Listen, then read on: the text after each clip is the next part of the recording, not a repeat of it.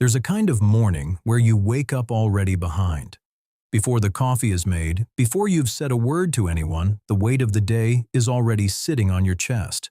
Maybe it's something specific, a hard conversation ahead, a result you're waiting on, a relationship that's been fraying at the edges for longer than you'd like to admit.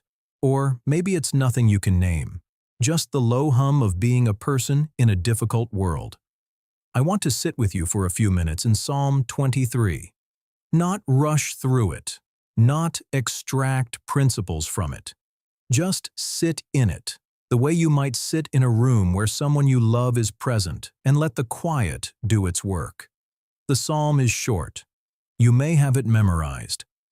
Let's hear it again anyway.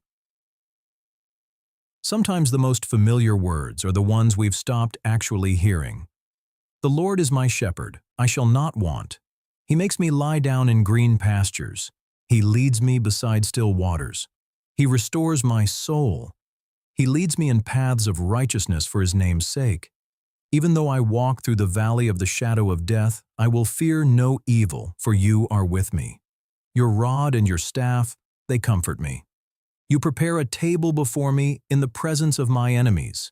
You anoint my head with oil. My cup overflows. Surely goodness and mercy shall follow me all the days of my life, and I shall dwell in the house of the Lord forever. That's Psalm 23 in the ESV. 6 verses, probably written by David who genuinely knew what it was to tend sheep on the hills of Judea before he knew what it was to be a king. That detail matters. This is not a man describing a shepherd from a distance. He had been one. He knew what the work actually cost. The early mornings, the long afternoons in the heat, the way a sheep will wander straight toward danger with absolutely no awareness of the danger at all. He knew from the inside what it meant to be responsible for creatures who could not protect themselves. And then he turned it around. He looked at his own life, his own wandering, his own vulnerability, and he said, "That's what I am, and God is what I was." There's one word in this psalm I want to slow down over. Just one. It's in the very first line, and I think we move past it so quickly that we miss what it's actually carrying. The Lord is my shepherd. Not the shepherd, my shepherd. In the ancient world, and scholars of the Hebrew text make this point gently but firmly, the word my in a possessive construction like this one is doing real work. It's not just grammatical. It's relational. It's covenantal. Covenant. That word means a binding promise, the kind that shapes a whole relationship, the kind you don't walk away from lightly. When David says, "My shepherd, I worry," he's not making a theological observation about God's general character. He's claiming a relationship. He's saying, this shepherd has taken on responsibility for me specifically, not the crowd, not Israel in the abstract. Me. There's something almost startling about that if you let yourself feel it. Because most of us, if we're honest, move through our days with a low-grade suspicion that we are a little too ordinary to be specifically attended to. God is vast. The universe is incomprehensibly large. There are 8 billion people on this planet right now, each carrying a full interior world of grief and hope and unfinished business. Why would the God who holds all of that be attending specifically to the particular texture of your particular Tuesday? And the psalm just looks at that question and says, that's not how a shepherd works. A shepherd doesn't manage a crowd. A shepherd knows each animal. Ancient shepherds, we know this from accounts that go back millennia, would name their sheep. They knew which ones were prone to wander left, and which ones got anxious in unfamiliar terrain, and which ones needed to be near the front of the flock, and which ones did better at the back. The knowledge was specific. The care was specific. My shepherd is David's way of saying, God's attention is not divided by the number of people it covers. It is given to me fully, and to you fully, at the same time. Now notice what follows from that. I shall not want. In English, that can sound like a prosperity promise, like the psalm is guaranteeing comfort and abundance. But look at what the psalm actually describes. Green pastures, yes. Still waters, yes. But then, the valley of the shadow of death. Enemies who are present enough that God has to prepare a table in front of them. This is not a life from which difficulty has been removed. It is a life through which someone trustworthy is leading. The word translated want in Hebrew is a word that carries the sense of lack, not discomfort, but genuine deprivation. What David is saying is not, nothing hard will happen. What he is saying is, I will not be without what I need. The shepherd knows what the sheep need. The shepherd knows the terrain.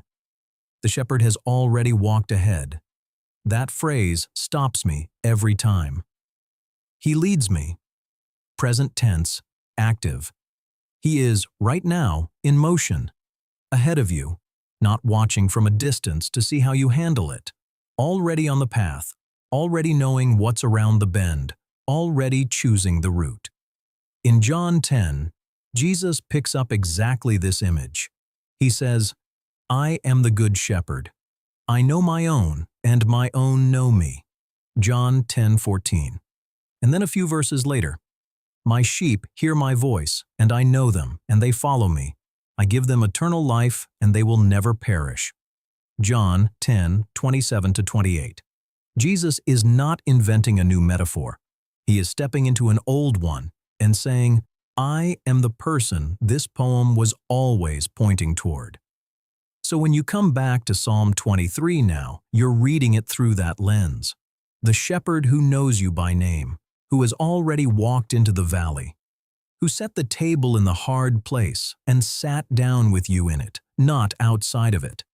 Even though I walk through the valley of the shadow of death, I will fear no evil. Not. I will be removed from the valley. Not. The valley will be paved and lit and made safe. Walk through. The path goes into the dark place. The shepherd does not promise to reroute you around it. He promises to be with you in it. For you are with me. Notice that small shift in the middle of the psalm. For the first 4 verses, David is speaking about God in the third person. He, him, his. And then, right at the valley, right at the hardest line in the poem, the pronoun changes. For you are with me. Suddenly, David isn't describing God from the outside. He's talking to him, directly, face to face. Something happens in the dark that draws us into a more immediate conversation with God. The descriptions become address. The theology becomes intimacy. If you are in a valley right now, and some of you are, I know, that shift is a small gift. You don't have to hold God at arm's length. You don't have to speak about Him in careful, composed sentences. In the darkest line of the most beloved psalm in the Bible, the prayer just turns and says, You are with me, right here. And the psalm doesn't end in the valley. It ends at a table, anointed, overflowing, dwelling. Not escaping the story, but arriving somewhere on the other side of it, and finding that goodness and mercy were following the whole time. The word translated follow in Hebrew. Some scholars of ancient Hebrew note it can also carry the sense of pursue. Goodness and mercy are not drifting along behind you at a polite distance. They are pursuing you all the days of your life. Maybe this is the thing to carry today. You are not navigating this day alone. You are not trying to find a path through unfamiliar terrain without a guide. The shepherd already knows this particular valley, this particular Tuesday, the conversation ahead of you, the result you're waiting on, the thing you can't name but have been carrying since before the coffee was made. He leads. That means He goes first. Maybe today, when the path ahead feels uncertain, you could try saying the first line of this psalm slowly, not as a recitation, as a statement of relationship. The Lord is my shepherd, the one responsible for me, specifically, the one who knows the terrain. You don't have to have it figured out. Sheep don't figure out the route. They follow the voice of the one who does. May you hear that voice today, in whatever ordinary moment it comes. A quiet word, a gentle redirection, a stillness you didn't manufacture. May you find, in the middle of whatever this day holds, that goodness and mercy are still in motion behind you. You never did this alone. You never will.